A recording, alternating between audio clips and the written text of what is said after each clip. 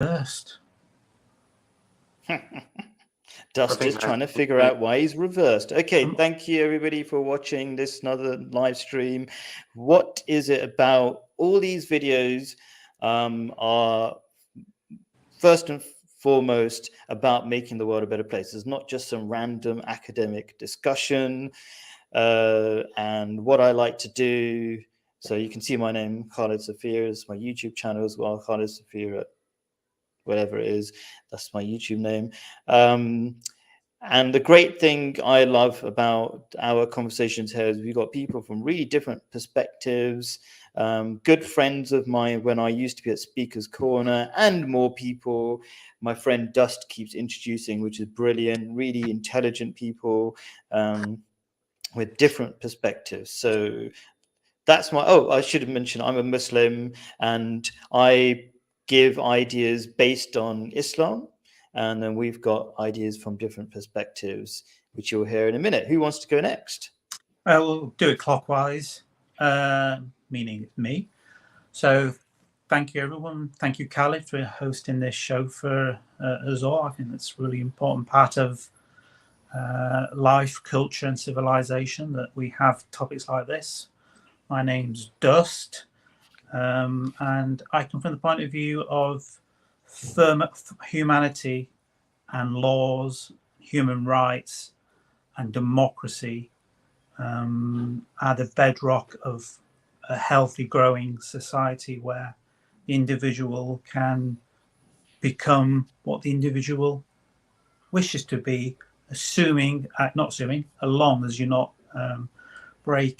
inflicting upon other people's freedoms and or literally killing people, which is clearly the absolute antithesis of a healthy, surviving culture. So I come from there. Martin? Okay, I'm sorry, I was just making my little notes so that I say the right thing. Yeah, thank you for having me back, guys. I think it's like my third time back. I think it's pretty cool. From my perspective, I'm an atheist. Like, I believe in God. Or the only reason to mention Satanism as in non-theistic Satanism, but we don't need to get hung up on all of that. I believe in human expression, people being free to be who they want to be, how to live their lives, how they want to live their lives. Part of the golden rule to not hurt people, to not inflict pain, and on a good moral basis. I'm really passionate in the protest, human beings being free to protest and stand up for their rights, and that their rights are protected because it benefits us all at the end of the day. So that's kind of where I'm coming from. But there you go. Thank you. Great having you here. And I probably should have mentioned the reason why I said I used to be at Speaker's Corner, which is in London. It's a really famous 150-year-old tradition of people debating in Hyde Park, is because now I've moved to Jordan, and so we're keeping in touch this beautiful way over live streams. So Jordan is in the Middle East, and hence my very natural background. Jordan is a very natural country. So anyway, what are we talking about today, or this particular live stream? We're going to be doing 3 live streams back to back. This one is Does God Exist? And so, as I said, these are not just academic discussions. Should we do the timer? I'm gonna do 3 things, Dust. And I can try to do it in 5 minutes. I might run out of time, who knows, right? But I want to say why this is important to happiness and where am I coming from, which I kind of already said, but why is it effective in explaining? And then I'm going to actually answer the question. So we can just start the timer. Shall we? Timer started. Okay, so how can this topic affect our happiness? I've actually written down a whole bunch of stuff, which I'm going to share in the pinned comment afterwards. But here we go. Psychologists, including atheist ones, tell us that believing in God and being religious makes us happier. As society becomes godless, suicide rates are rapidly rising. One thing that stops people from believing in God is that they are under the wrong impression that science says God does not exist, while the opposite is true. So this must be explained for society's well-being. So that's the reason, okay? And the next part I like to break it down into is what has my ideology of choice, so we've all got different ideologies, and my ideology of choice is Islam, has to offer in this situation. And a brief thing is, it is the only scientifically accurate religion discussing the Big Bang, to black holes well over 1,000 years ago. So there's good reason why Islam has got the answers. And here we go. As I say, whenever I talk on behalf of Islam, I quote from its scripture, the source of all of its teachings, which is the Quran.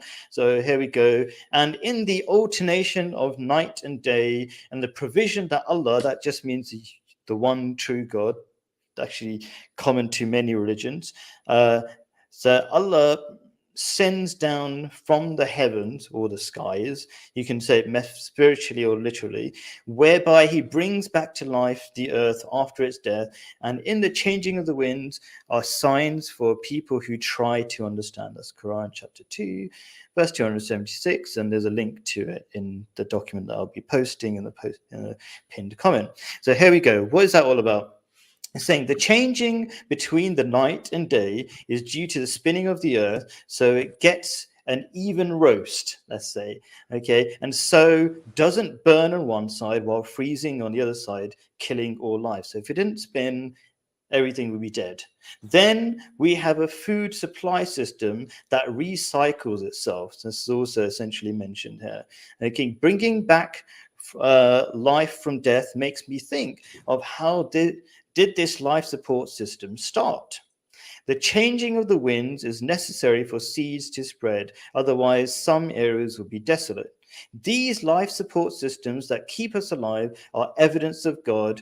We have to be incredibly ungrateful to ignore that. If you try not to understand, you won't learn. That's essentially what this verse of the Holy Quran is saying. Now, there's a lot of misinformation. I'm going to whiz through some of that misinformation because that should be enough to explain things to people. But because of the misinformation, I'm going to go through it. There's a lot of confusion. It is unscientific to believe in God, to disbelieve in God, as there is not even one example of complex machinery being built without intelligence. You never expect a sandcastle. You never expect to make a sandcastle and come back the next week for it to be bigger and better. You expect it to fall apart. That's normal. But we've been taught that there's some system called evolution, which I believe in, that somehow does the opposite, which I'm going to talk about now. Islam teaches evolution exists, but to believe it runs itself is unscientific. As the second law of thermodynamics, entropy, says that systems naturally fall apart over time if no intelligent system is putting them together, as there are more ways for a system to fall apart than improve. This scientific law is the opposite of the godless evolutionary theory. So there's evolution, God with a God and without a God.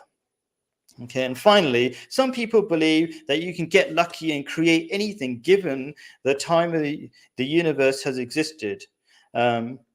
Anything, so that the universe has existed such a long time, so they believe anything can be made by accident in that huge amount of time. There is not enough time even to make a drop of blood through random processes, even if the blood structures mutated every millisecond since the beginning of the universe. The chance is roughly 1 over 10 to the power 500. So people have got no idea what 10 to the power 500 is. So to give some perspective, there are only 10 to the power 50 atoms in the universe. So basically, there's no chance that even a drop of blood could have been made by random processes, even since the beginning of the universe. Nothing. This is nothing. I think that's the end of it. I think I wrote an extra sentence that makes sense. That's it. No, you can finish off. Oh, okay. There's only 30 of us. Okay, yeah. What have I got here? Oh, yeah. So the 10 to the power 50 is nothing compared to the chance or the unlikelihood of a godless universe. So the chances of a godless universe is like 1 over 10 to the power 500, and that's such a ridiculously small number. So if you don't know what 10 to the power 500 is, 10 to the power 50 is the number of atoms in the universe. So I don't know if that's really confusing, but like 10 to the power 50 is a huge number, but 10 to the power 500 is mind-boggling. So 1 divided by 10 to the power 500 is like 0, 0, 0. It's like the chance of God not existing is 0.000500 with 500 zeros. So anyway, I've had to explain that math bit. So that's it. I think that 6 minutes is quite good and very efficient. Thank you for that. Okay. And so the question, just remind me the question again that you've. Does God exist? Does God exist? Yeah. Interesting. And if you could start with, does it matter, this question? Like, how does it affect happiness? Because we're trying to show that it's not academic. Go on. Well, we are allowed to respond how we feel is most appropriate. But Okay, thank you for trying to present a framework that we can adapt, and if we so wish. So, does God exist? It's interesting how and the representative of the Abrahamic religion uses science and maths in a way to attempt to prove something that is unimaginably unprovable. Does God exist? Right, let's sit down and write some maths down. That's the way we determine whether something exists. But God, from the Abrahamic perspective, is just a belief, a concept, which denotes that particular individual's reality. Fact, of course, when using maths, is something that's generally countable, generally measurable. You can't measure the length of God's finger. To do that would disprove the whole concept of God being infinite in any kind of way. So it's quite interesting how Khaled is using maths and science, which I've never believed that Khaled is really ever understood as a concept, which we'll hopefully discuss once we've all had our 6 minutes. Maybe that would be quite an interesting thing. I've never been convinced. I feel that Khaled, our representative of the Abrahamic religion, more of a salesman when regarding does God exist, always trying to give you reasons that seem reasonable, but in actual fact, as I just said a moment ago, he's trying to measure, here's God's finger, I've measured it, it must be so and so, therefore it's real. But it's Abrahamic religion, it isn't based on facts, isn't based on science, it's based on belief, and belief carries forward what's true or not. And let's not forget, there are many different religions out there who are all convinced that their God is the perfect God, their God is the one which is the most empirical. Thank you for that word. Is most empirical in their minds, and you're entitled to that. Does God exist? I don't think that's the question. I think the question is, are you allowed to believe in a God in your community without fear of persecution? Are you allowed to feel that you believe in a God or a concept which is you believe in? Obviously, Khaled grew up in a deeply strict Muslim environment. So guess what? Which God he's going to believe in? It's a Muslim idea and perspective from the Abrahamic concept. No surprises there. But if Khaled grew up in with a Christian family, clearly he'd be sat in front of us now glorifying Jesus and the Christian Abrahamic flavor of so-called belief in God. But again, the real question is Khaled allowed to go on video representing his particular brand of ideology, of his concept of the world, which is clearly pegged down to something that's absolutely not scientific, absolutely unmeasurable. Therefore, it becomes a belief, not a scientific process. And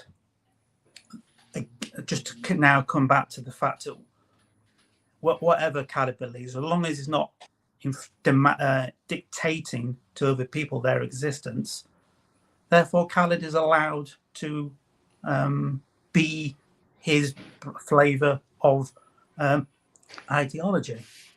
But when, excuse me, does God exist? And is this now more important than someone else's human rights? That's where we have our disagreements, of course. Does God exist? Does it make you a better person? And does it make a community better? And that's really the real question here. And if Khalid's community is covered in barbed wire, fear of other Muslim groups, which is exactly what Khalid's background and life is like in the UK, not necessarily fear of the Christians, but fear of other Muslim groups. That doesn't sound like a God which is one that's about understanding and unity and making life and society better. So does God exist?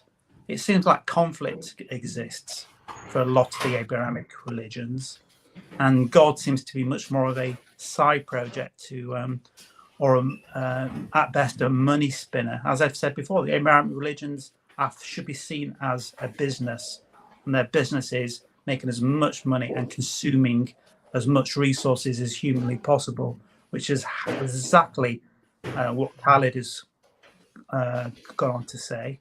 Why is God so interested in that? It's very unusual how that concept is used to excuse some pretty horrible behaviour. I'll just finish off. I've had slightly over time. So does that exist? No. I don't know. Sorry. But does happiness exist and Khalid exist? Yes. And does Khalid have a right to represent the Abrahamic religion? Yes. God is not a factor in that, but his right as a human being is the factor. I concluded. I had 30 seconds extra. Okay, thank you. Martin, it's all yours. Sorry, go on, carry on. It's all yours. Okay. So the question of God does tie in really well with the happiness thing. So we'll go. When you say does God exist, I can't say to you God does exist. I can't say to you God does not exist. I don't know. That's the only answer I can give you until the theist, whatever brand that might be, can present the evidence. And it wouldn't be to me, present to the scientific community or something. But where it ties in with happiness is obviously what you believe informs your actions. Your actions then affect other people around you. So your belief in a God, whatever God that might be, will directly affect other people. And when we see the actions of what people do when they believe in their God and they take it extremely seriously, we see some really bad stuff happening, and we're currently living through that at the moment. So I don't think that the idea of a God existing makes the people always happier or necessarily makes things better, because it requires faith, and faith means you could do anything. I could carry out any act or believe anything based on that word of faith, because there's no evidence involved. It's just faith. So I don't think it has a positive. I think it's far more negative than maybe positive, and I see more anything that maybe a thief would say is good when it comes to religion. We can have in a completely secular society. Our human rights come first. They are more important than sort of what a God wants or what a Bible wants or what a religion wants, because you're human first. The religion is an idea and things that maybe appeal to you, but you're human first, and that's what's really important. But when you say does God exist, you have to say, well, what are the properties of that God? What is it made up of? What's its measurements? How can I which God? There's lots of different ones to pick from. I've got a whole book here full of them. You'd have to say it's reasonable to believe in a God. Is there evidence behind that? Is there like good reason, in the same way you apply reason to what a doctor might say, or sort of any major scientific statements or things like that. You apply reason. What else have I got here? Sorry. The burden of proof, obviously, if you're saying there is a God, then obviously it's on you to prove there is a God. It's not a non-believer's job to. So I would say, does God exist? I can only say I don't know, because that's the only answer I can give you. To borrow Matt Delahanty's courtroom analogy thing, when you say God is guilty of existing, if I'm in the jury, I'm sitting here saying, you haven't presented enough evidence to me for me to say God is guilty of existing, therefore I can say not guilty. I have proof of a God existing, any God, until that evidence is put in front of me and it's reasonable to believe the statement. And I think, personally, gods are what we created. Essentially part of our storytelling, a way to deal with death and difficult, really complex answers that we're still trying to find, and philosophers have been trying to figure out since the dawn of time or whatever. I think that's kind of, God is a nice kind of pillow, a cushion, a good way to try and help you deal with a loved one dying. I get why that appeals. It does feel more comforting to think that there's some kind of place where you'll see them again. But life is far more valuable and far more beautiful when you realise you've only got one life. That's it.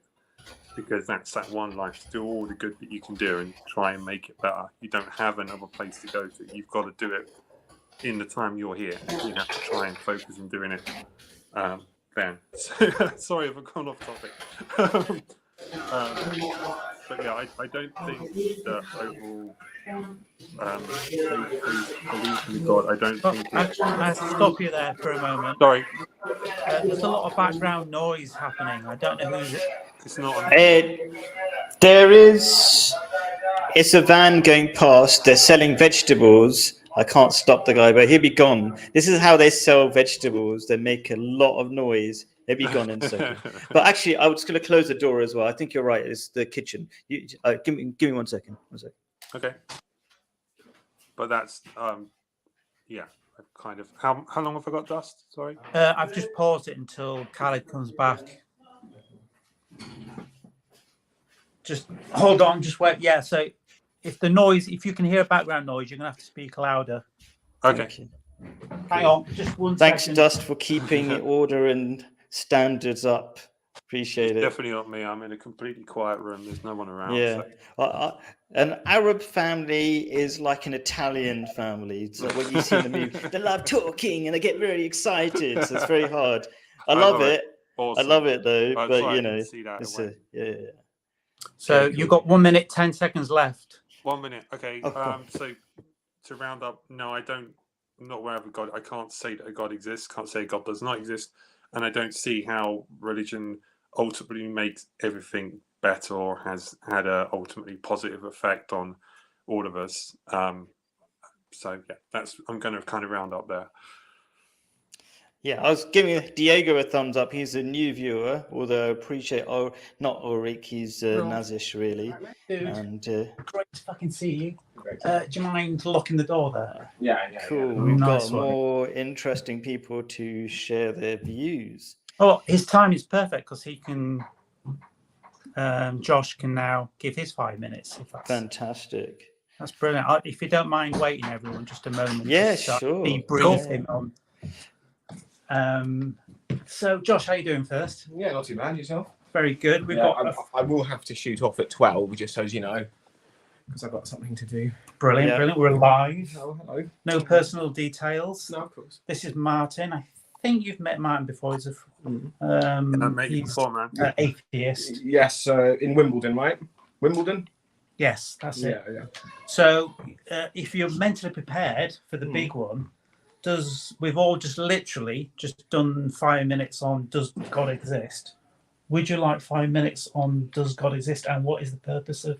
Is there really any purpose believing in a God when, well, whatever you feel? Well, I mean, you can't, you can't disprove it, and absence of evidence is not evidence of absence in and of itself. I mean, I don't think on the one hand, on the other hand, one has to tread carefully when defining their decisions on what is not proven, and when they allow themselves to be influenced by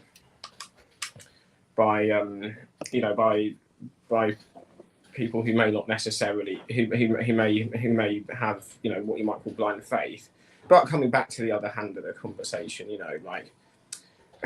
I mean, when it comes to I think when certain people who are skeptical about God consider themselves atheists. I'm not saying everybody who's an atheist, but I certainly think that if they are trying to base their decisions on what can't be disproven, or base their beliefs on what can't be disproven, I think on the other side of the coin, I think that's almost as unreliable and as unfounded. I think the point is to keep an open mind. I'm not saying be indecisive. You have to when the call beckons, you have to sort of you have to make a sort of a final decision about something based on what you know for sure, based with the evidence you have. But you don't want to keep being influenced by what you can't neither disprove or prove. That is the most succinct answer I can give. Yeah, I was talking about, just to recap, I was talking about how science is something that's measurable and uses a common agreement upon what is measurable, and therefore we create a concept of the world from that principle. Do you think that is a healthy way of looking at reality? Sorry, could you repeat that just so I understand? So we're talking about God. Does God exist? And the counter argument is really science, because Khaled was trying to. So I gave scientific evidence that God must exist. Khaled was a summary. trying to use science to prove God. But he's trying to prove something that's unmeasurable. Therefore, Khaled doesn't understand. What's his? All of science, this is the great misconception, that all of science essentially tells you that God exists. Even your own experience tells you God exists. Like, I won't repeat everything exactly, but our own experiences, we've never seen a machine create itself. It always had a design. That's number one. And that's actually what the second law of thermodynamics is based on. Entropy. It says things, if there's no intelligence, they fall apart. And what we're told, go on. I don't want to, but I'm just giving you a rough outline of some of the ideas. So we're told that evolution. I believe in evolution, but we're told that evolution must be godless if you're scientific, and it randomly, by lots of mistakes, creates things, because that's a theory against the law of thermodynamics, a scientific law. People don't know the difference. A law is something that's kind of been accepted and verified, and a theory is not being verified. So I'm not saying evolution doesn't exist. I'm just saying it's not blind. And more evidence is coming out. Like, for example, they looked at plant evolution, and they looked at it's not random. They're increasingly proving these things. So it's a misconception that it's unscientific to believe in God. Just need to interject there. I mean, entropy, what the description Khaled's just given here of entropy is completely wrong. Absolutely wrong. Entropy, what's the word? Entropy is that everything becomes chaotic, and everything's becoming chaotic, and everything's moving apart, which means we end up with a end of the universe being what the scientists called a cold death of the universe, where everything's so now in the state of chaos that there's no order to be found, where the sun represents an order, and which is counter to entropy.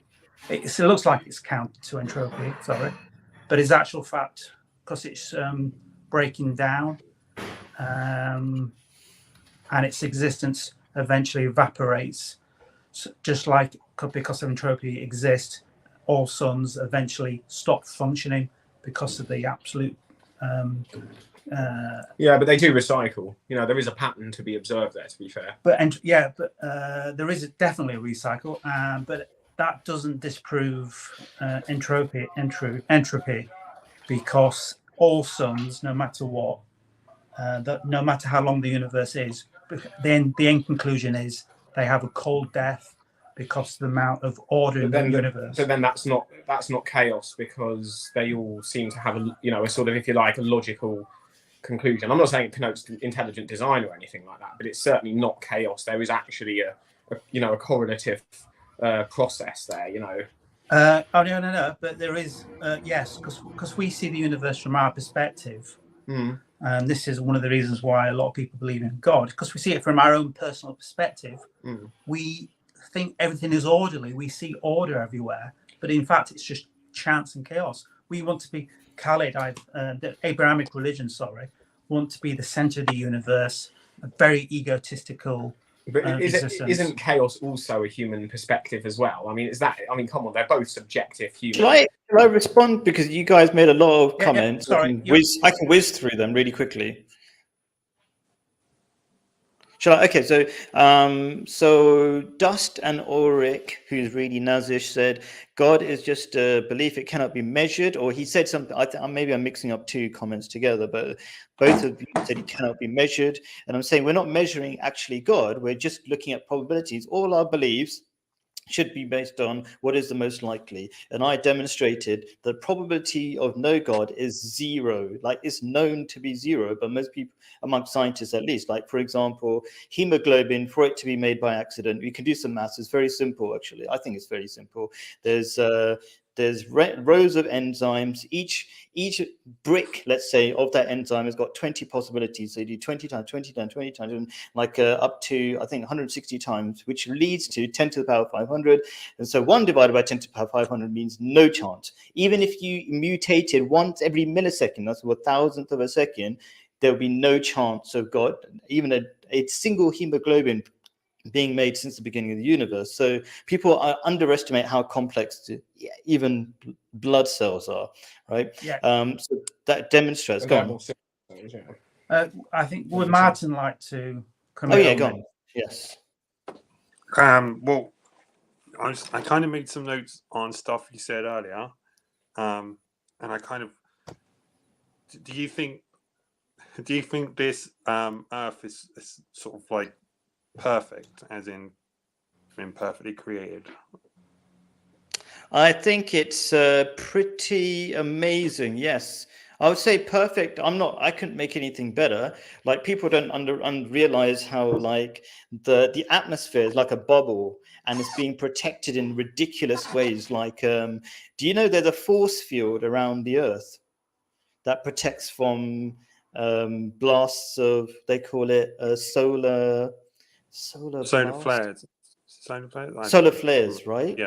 So the magnetic invisible force, there's ridiculous things that are helping us. So if anybody claims at all that this world is not incredibly complex, that means they really haven't understood how complex the world is and how amazing the systems are that recycle all our needs and this whole life support system. If you in any way say it's not perfect, that means you haven't understood how complex it is. Because, so yes, it is perfect. Yeah. I mean, I would say maybe it's not perfect, because if you would say this world was created perfectly for human beings, maybe from a theist perspective, whether you're a Muslim or a Christian, you might say that. When you look at this planet, is actually extremely fragile. There's so many things that are out there to kill human beings. This would not be the perfect planet for us to live on. Obviously, it's very unstable. The weather, if you're in certain parts of on the planet, it's too hot, it's too cold, you die from. There's earthquakes, there's viruses, there's there's so many things that are there to kill us. I wouldn't say it's perfect. So I don't know how you could say this was, it must be a creator that, created some perfect planet, because I don't see how it's, perfect in that sense. Okay, so I think you're kind of saying, why is there suffering in the world, basically? Like that it seems imperfect because of suffering. Is that kind of what you're saying, Martin? No, I'm well, suffering. I mean, there's suffering as in how we treat each other. That's kind of the whole moral thing. But um, there's as in like, if you were a creator, you would create a planet that is absolutely perfect. Why would you have earthquakes there and tornadoes? Or why would you create viruses that are going to kill people or will actively try and a virus will keep trying to stay going and evolve and more efficiently kill human beings? Why would you put all those things in there and create what you think is this perfect human being and then put them into all this mess and then go, oh look, I've created a perfect world, so that's what I mean by it. I can answer that in a few seconds. Basically, there's two separate things. There's the machinery of the earth. Imagine you can actually see the cogs or moving the clouds around. Imagine the clouds are on a washing line or something, right? And you can see the system. So your question of suffering is irrelevant to the fact that there is a machine. Like, imagine I've got a watch on my wrist.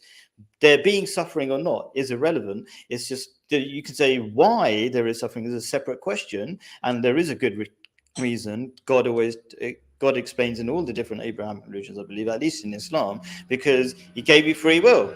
And if you give free will, the opportunity for bad things is going to happen. But also God says there is such a beauty in the free will, the good things that people can do, that it was worth it. And there's a lot more explanation, but it's a big subject. Why is there suffering? But that is separate. If you see the machinery, that doesn't suddenly change. If there's suffering, doesn't stop the machinery existing. And any scientist would tell you that machinery is amazing. And what I'm intrigued by, but not particularly surprised by, is that because we've been, like when I first explained in my little 5-minute speech, that here's the evidence, and all the evidence is pointing towards God. Everybody said there isn't evidence. The absence of evidence is not evidence of absence and all this kind of stuff. But Josh wasn't here. But as everyone was saying the same thing, even though I gave evidence. So what you have to think of it is like, have we been told a message for so long that we believe it in spite of the evidence of God? Because it's very simple to see that it's quite evident that nature is complex. God must exist. Sorry, can Josh, did you want to? Is it okay if someone Josh brings in a comment, or do you want to go, Josh? Sure. Yeah, sure. Yeah. Basically, the thing is, I know this is maybe not the most, I'm going to put it very bluntly, but, just as our pleasures and our merits and our virtues and our positive experiences define us, so too do our negative experiences and our suffering. We would not be able to adapt. We would not be the resilient, intelligent species we are without adversity. Adversity, I'm sorry to say, is what is required, in order for us to adapt. And what you were saying about the world being very fragile, well, it's true that ecosystems can be disrupted. But as Rocky Balboa once said, it's not about getting hit. It's about how you get back up after you get hit. And nature has always, maybe it's random, I don't know, but certainly the resilience of nature to adapt from asteroid strikes, volcanic eruptions, climate change, even, it is more resilient than what we give it credit for, despite all the suffering that it has caused. We have only been here for a short period of time, but we have managed to survive two global conflicts within the last just over the last 100 years. We have not yet wiped each other out. There is still hope for us. We shouldn't be too overly nihilistic. But the point about it is, that suffering, it's not about the suffering itself so much as our ability to deal with that suffering and how we deal with it, whether it's natural or anthropogenic or a combination of both. The point is that, it is down to us how we adapt to that and how we cope with it. To say, I think that, some people, of course, are, inspired by the existence of a deity. Others don't see the need for that and see that as a obstructive. But the important thing is, while the motivations behind the cause are not always absolutely identical, you know, there is at least a commonality that, you know, most of us want to make each other's lives better up to a point, you know, and that, you know, irrespective of whether or not there is a God, you know, we've all, well, actually, no, not irrespective of whether or not there is a God. If there is no God, then, you know, we have done it entirely by ourselves. And if there is one, then in that case, you know, it connotes, I'm saying the evidence to go either way. It connotes that, you know, we were engineered so that we can cope with these problems and that we can resolve, well, not completely resolve them, but we can handle them, we can manage them.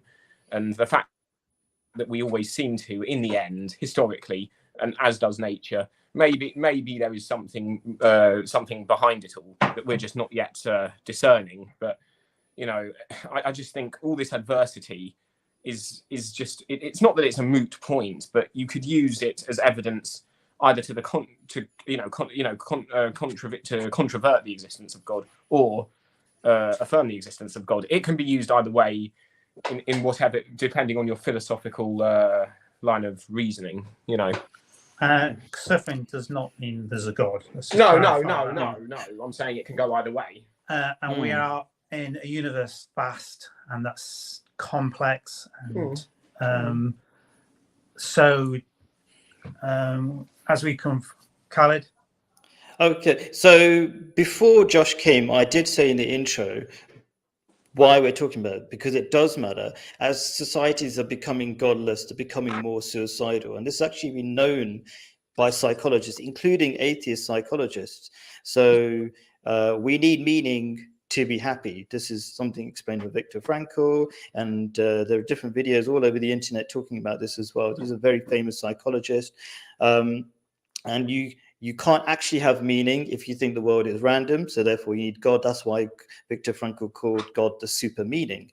So it's essential, it's very important, and it sounds theoretical, but we can see the reality of godless societies. Suicide is increasing, and lots of depression, despite people having lots of things that they need to survive. They actually need something else called spiritual.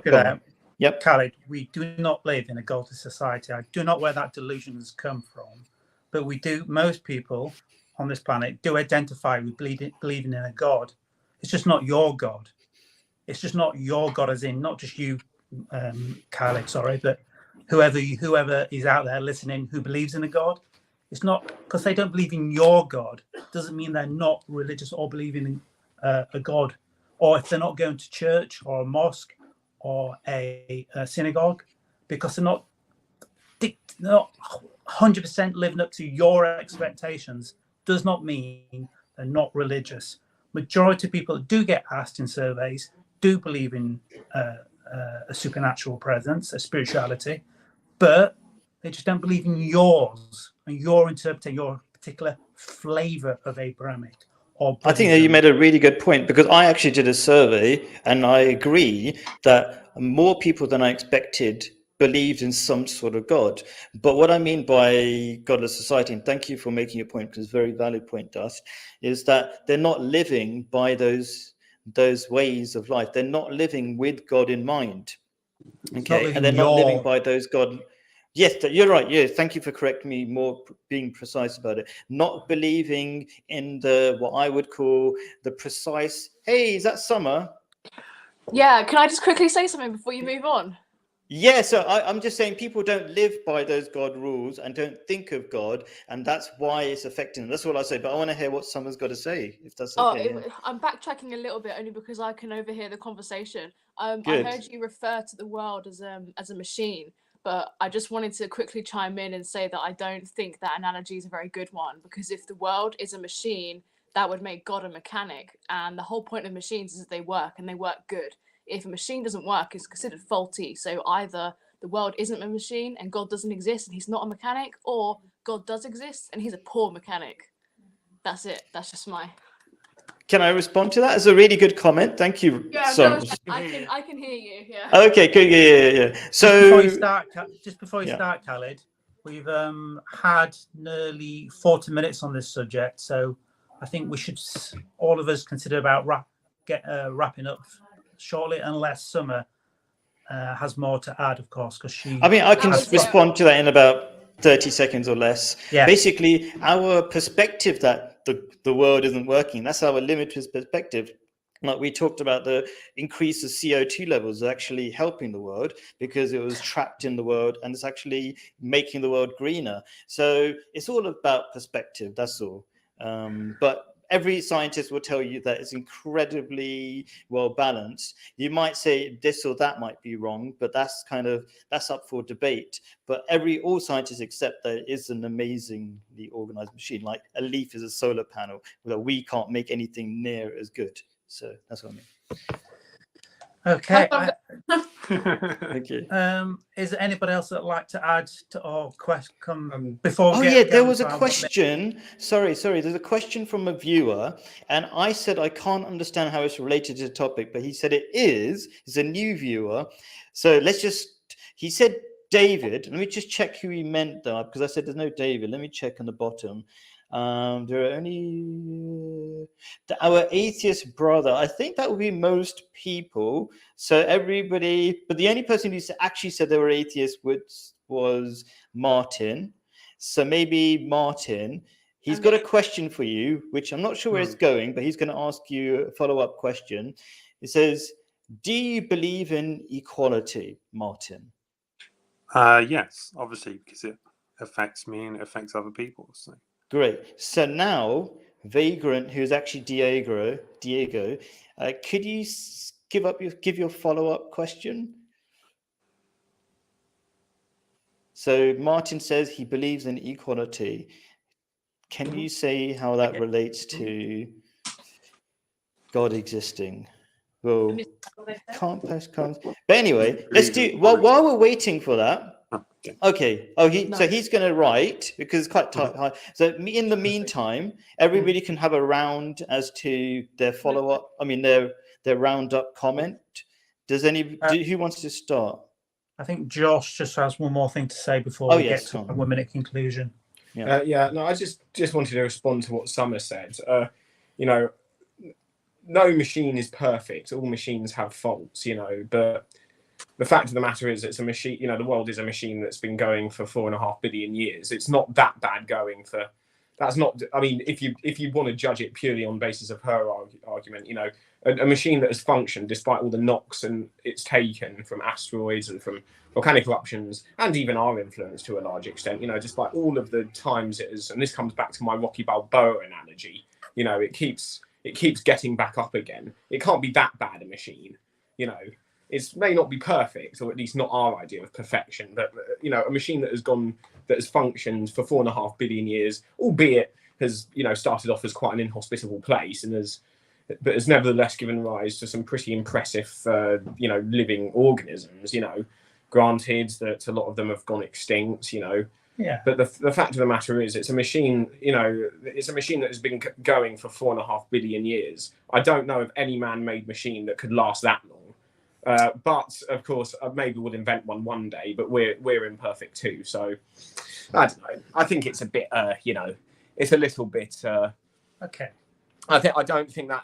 I'm not trying to discredit Summer's argument in totality. It is not a perfect machine, but yeah, it's a machine that's gone for 4.5 billion years. Yeah, it's not that bad. Thank you.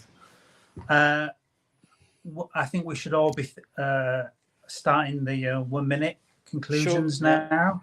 And I think we should go in the order. If the comment comes up from Vagrant, then we'll get Martin to answer it anyway. But yeah, who wants to go first? Shall I go first or shall I go last since it's my question? Okay, therefore it's me that goes first.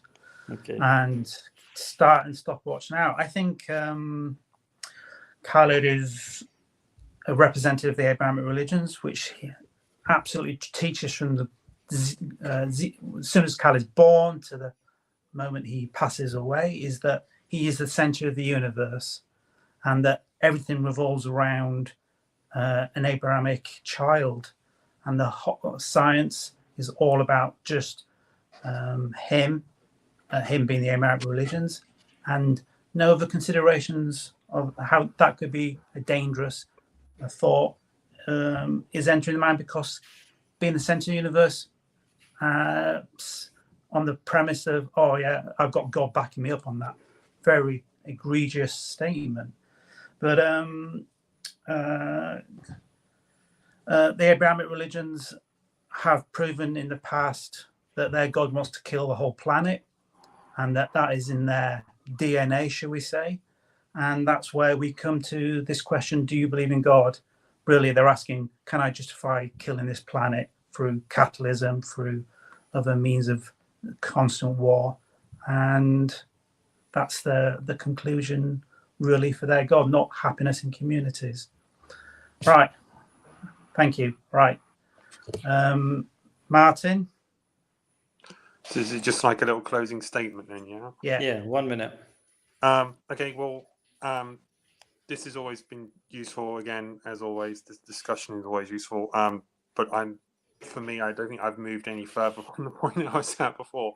I don't think a God has been demonstrated, or you have any reason to believe that you've got the right one, even if a God did exist.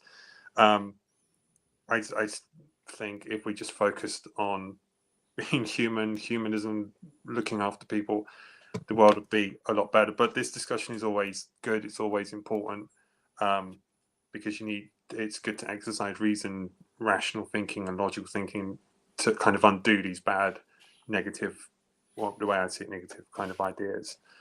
That's kind of it. Is that okay? Thank you. That was wonderful. Josh? Well, I kind of made my closing state. Actually, no. That was just a counterpoint, wasn't it? Yeah. Does God exist? You know, as I said, you know, we cannot disprove it. We cannot prove it, but we cannot. You know, while we can't live our lives based on what can't be proven, nor can we base our decisions on you know, like our.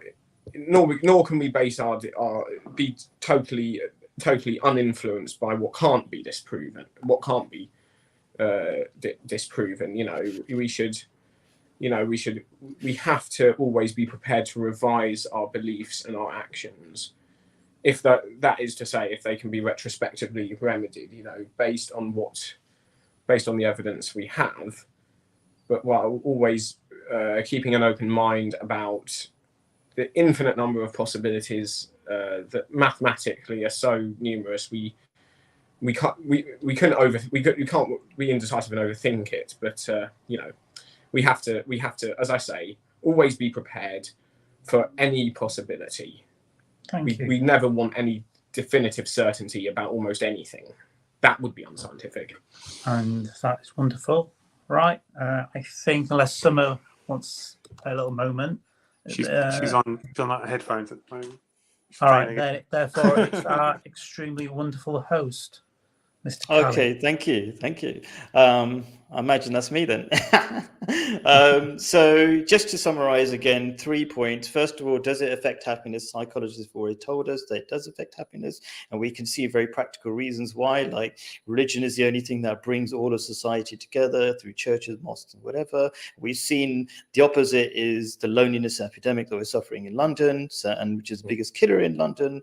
And then back to the point I made that it is scientific, and I keep saying how it's scientific, and I've never had any counter evidence, yet everybody's saying there's no evidence, which is very interesting. I think that's a clue that we've heard a message for so long. The propaganda has worked, basically. And finally, this idea that this is a cultural thing, because I think that's the only thing I haven't responded to with all the different comments. The Quran says that it's in our blueprint that God exists, or we know that God exists by our, in our blueprint, and that's actually been proved by psychologists as well. There's millions being spent on children, taking them to this island or something before they've been culturally indoctrinated, and from all over the world, and they realize that they all believe in God. So thank you very much for your time. Oh, and there's a question, I don't understand it myself. It's very hard. Diego's trying to make a comment. It's very hard, and hopefully Diego will keep coming back. I don't fully understand it, but maybe Martin, this question is aimed at you after your first question where you believe in equality. I'm not sure how it connects, but maybe you understand it. Can you see it on the screen, Martin? I can see it, and I've been reading it, but I've been trying to sort of figure out how I would answer it. Do you understand the question? What you completely mean by the question? I don't totally understand the question. It might just be me. Sorry. Yeah. I don't know what this had to do with what I said before. I mean, is there? Yeah. Can I Easier just way come of- in then? Go on. Yeah. Dust, have a go. Science doesn't believe in absolute facts. I think this is where a lot of people get confused. It just believes the best conclusion today. That is the truth. But absolutism is a religious hangover. And if you come up in that, then that's going to be, science is always going to be very confusing. Science is just a collective group of people that have actually got off their arse, started measuring stuff, and come back, and those experiments can be repeated no matter where you are in the universe. And the conclusion is based on the conclusion of what's real or not is based on that. But science doesn't believe in absolutism. That is a religious hangover from the Abrahamic. Not all religions believe in that, of course. And I want to thank Diego and Nazish. That's their real names. Okay. Thank you. And Nazish is thanking us as well. And I think it was a fantastic conversation. We disagreed, yet we weren't angry with each other. It was just like, here's what we think, which is amazing. Like if you watch other YouTube channels or just mainstream media, everybody's fighting and they can't politely just offer their ideas. So as always, I thank you all. Appreciate it all. Thank you for spending your Saturday mornings. The dust has now settled. If you don't know what that's all about and you're new to it, that's what dust is at the end of every show. The dust is settled. The dust is settled. We all know that because we know dust. All right. Thank you. So also Diego, you can put it in the non-live comments. We're going to move off to another live stream now. I'm going to put the link. I did it again. I didn't put the viewing link. Let me get that. Guys, do you want to fill in the time while I quickly get the link so the viewers can jump into the next stream? I'll definitely fill in the time. That's kind of inevitability. I think science doesn't prove or disprove the idea of God. That's just not the purpose of science. The purpose of science is just to prove what we experience empirically around us as we walk around in life, and to try and instead of just classifying, oh, that's clearly magic, we don't need to think about that subject anymore, like how does the sun work, which is how Abrahamic religions have always really manifested their conclusions around the world. Is, oh, it's just magic, don't need to think about it. Science just merely goes, hang on, I think with the latest tools and developments of today, we can actually investigate the world around us, and that investigation does not disprove God ever at any single point of view, any level. But what it does do, it brings understanding, health, science, education, and a world which we can live in without being crushed by the nearest volcano or tornado. In fact, we can now have warnings. God never invented warnings. God never invented the National Health Service. It was wonderful human beings that got off their ass, stopped calling things magic, and actually said, I think we can interrogate this world, and that should be no way a threat to any religion. The reason why it's deemed as a threat to religion, and why so many scientists and people of science mind have been killed, is because, quite naturally, your narrative as an Abrahamic or any religion is so powerful and meaningful that anything that even remotely contradicts it is classified as a violent act. So when, for example, Galileo said the Earth goes around the sun, his whole life was made miserable by the and that's a biblical idea, which is different to the Islamic idea. But yeah, you're right. Abrahamic. I'm classing it as Abrahamic. Oh, okay. But we believe different things. I'm saying you're all guilty. Oh, okay. Even though you do believe different things. Okay. Yeah. let's not forget that there was a very brief period in Muslim culture where science was lauded as quite wonderful, but that was only a very brief period. True. Constantly, All the science went through Islam. Yeah. You constantly maintain this is some sort of event which has been constant in your particular flavour of Abrahamic religion, where that's a complete and utter gross distortion of Abrahamic, your particular flavour of Abrahamic religion. What really has happened is that period was killed off by other Muslim groups, and it's never been repeated again because facts are a major from the Abrahamic point of view. Facts bring the demise in the Abrahamic mind, bring the demise of all society, and therefore facts must. Yeah, we're done. Yep. So, guys watching, there's a link in the live chat, which I put on the screen. I'm not going to type it out, but just copy it or whatever it is. And then we'll join you. We're going to discuss capitalism and technology. Does capitalism hinder or help technology? I don't know if that sounds exciting to you, but it is exciting to me because just to get people excited to get to an extreme is because there's a lot of hate towards capitalism, and I think it's justified that it feels something is wrong. But I think the question by Josh, by the way, this is Josh over there next to. Should we start the new stream? Yeah, we'll start. It's such an important question because it highlights the useful function of it. Anyway, come and listen to the next great talk. Your minds will be expanded beyond biblical belief. All right, we're going to the next one. And go to the next one, right? Next link. You've got the link, Martin. Yeah, I got it.